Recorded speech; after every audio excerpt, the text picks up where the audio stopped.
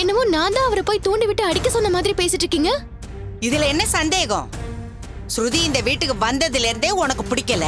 அவளை இந்த வீட்டை விட்டு அனுப்புறதுக்கு தான் இப்படி எல்லாம் பண்ணிருக்க. நான் ஏன் ஸ்ருதி வெளியே போகணும்னு நினைக்க போறேன்? நான் தான் அவங்களை இங்க கூட்டிட்டு வந்தேன். நீ தனியா இந்த வீட்டை ஆளணும், அதுதானே உனக்கு வேணும். ஆமா, இது அப்படியே பெரிய லட்சேக்கர் நிலப்பரப்பு. இது ஆள்றதுக்கு படையெடுத்து வந்துட்டு இருக்கானுங்க. எதையாவது சொல்லிட்டு இருக்காங்க. மீனா வா போலாம். டேய்,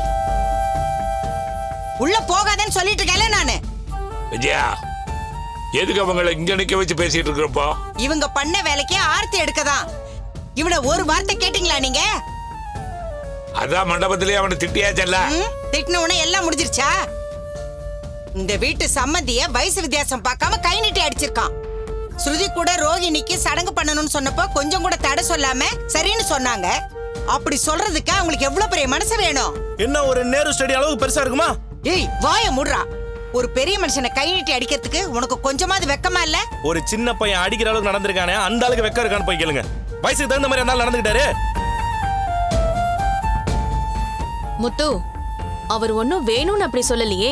அந்த சிச்சுவேஷன்ல மீனா கையில செயின் இருக்கிறத பார்த்து அவர் அப்படி நினைச்சிட்டாரு. ஓ, கையில செயின் இருந்தா உடனே திருடின்னு சொல்லிடுவாங்களா? இவன் என்ன பீரோல இருந்து உடச்சு எடுத்தாளா? தெரியாம மாலையில இருந்திருக்கு. என்ன ஏதுன்னு கேட்காம அவன் மாட்டுக்கு ஓவரா பேசினா அதை பார்த்து நான் சும்மா இருக்கணுமா? அதுக்காக நீ கை நீட்டுவியா? வயசுக்கு மரியாதை வேண்டாம்? எப்பேற்பட்ட மனுஷன் அவரு? எப்பேற்பட்ட மனுஷன்னா? அந்தால என்ன எங்க அப்பாவோட பெரியாளா? என் அப்பா முன்னாடி அந்த எல்லாம் ஒண்ணுமே கிடையாது. இங்க பாருங்க, கத்த கத்தையா பணம் வச்சிருக்கவன் எல்லாம் பெரிய மனுஷன் கிடையாது. என் அப்பா மாதிரி எல்லாரும் நல்லா இருக்கணும்னு நினைக்கிற மனசு இருக்கவங்க தான் உண்மையான பெரிய மனுஷன். ஏண்டா, ஒரு தப்பு பண்ணிட்டு அதை இப்ப நியாயப்படுத்தி பேசிக்கிட்டு இருக்கியா? உனக்கு அவர் மேல ஆரம்பத்துல இருந்தே கோபம் இருந்திருக்கு.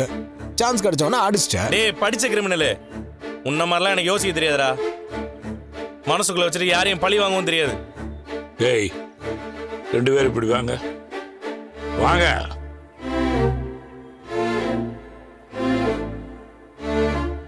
உட்காருங்க. இல்ல பரவாயில்லப்பா. அவர் மேல தப்பே இருக்கட்டும்டா. அதுக்காக நீ ஏன் கை நீட்டி அடிச்ச?